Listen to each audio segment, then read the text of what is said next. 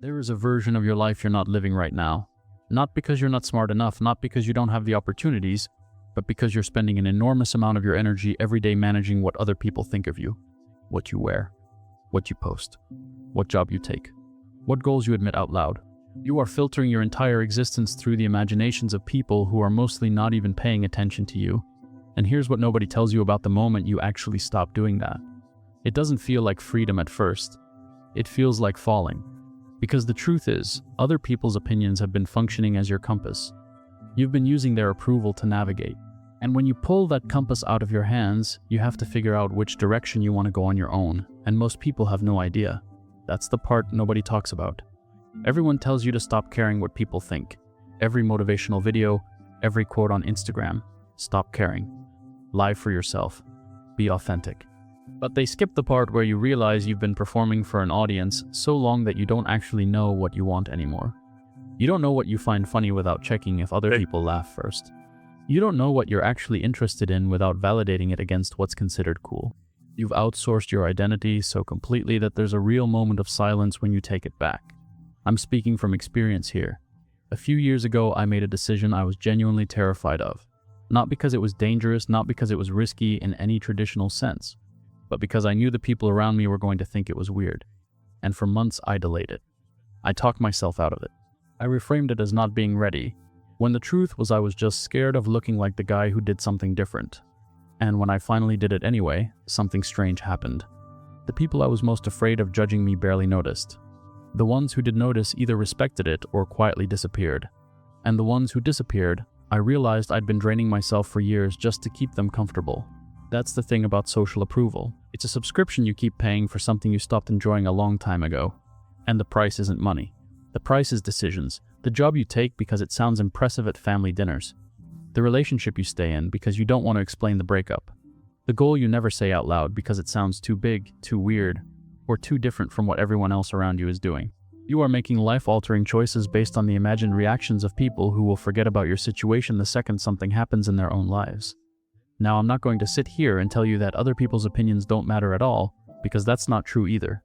If everyone in your life is telling you something, sometimes they're right. Sometimes you are making a mistake. Sometimes you are being arrogant, delusional, or blind to something real. The skill isn't ignoring all feedback. The skill is separating criticism from people who actually care about your growth from discomfort from people who just don't want you to change because your change makes them confront their own stagnation. Those are completely different things, and most people treat them the same. Here's a test that actually works. When someone criticizes a choice you made, ask yourself, is this person living a life I want to live? Not a perfect life, not a rich life, not a famous life. Just a life that reflects genuine choices made on their own terms. If the answer is yes, listen carefully. If the answer is no, you can hear the words without letting them land. That's not arrogance. That's just not letting a person who's drowning teach you how to swim. And the loneliness thing is real, and I'm not going to pretend it isn't.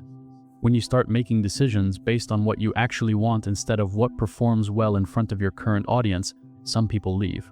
Not dramatically. Not in a fight. They just slowly stop texting. They get weird. They stop inviting you. Because you've changed the dynamic. You've stopped being the version of yourself they built their relationship with. And that is painful. But what's more painful is staying exactly who you are at 22 for the rest of your life just to avoid that discomfort. Here's the thing nobody wants to say. Most people's opinions of you are just reflections of their own limitations. When someone tells you your goal is unrealistic, that's not analysis. That's autobiography. When someone tells you you're being too serious, too focused, too different, they're not warning you. They're revealing themselves. And the people who are actually going where you want to go don't say that. The people who've built something, who've taken real risks, who've made the decisions that scared them, look at ambition and recognize it. They don't mock it. So if the people around you consistently mock yours, that is information, not about your goals, about your circle. Now here's where this actually gets practical, because this isn't just philosophy. Every single day, you make small decisions that are quietly shaped by social performance. You don't start the business because it might not work out and you'd have to explain that. You don't go to the gym consistently because what if you do it for 2 months? People notice, you stop, and they notice that too. You don't learn the new skill, apply for the thing, move to the new city, or have the honest conversation because each of those comes with a social cost. You might look like you're trying too hard. You might look like you failed. You might look different from the version of you that the people around you have already decided you are. And so you stay. You stay comfortable in the reputation you've built with people who are mostly just around at a specific time in your life anyway. Here's the actual truth. The people whose opinions terrify you the most are usually the people you respect the least. Think about it. You're not scared of what your actual best friend thinks. You have real conversations with them. You're scared of what the group thinks, the peripheral people, the ones watching. The ones who might say something to someone else who might say something to someone else. You are managing a social media feed that doesn't even exist, a comment section in your head populated by people who are mostly too busy managing their own imaginary comment sections to pay attention to yours. And this is what gets stolen from you. Not just confidence, but time. The hours you spend editing yourself, pre-managing reactions, choosing the safer option, staying in the comfortable box.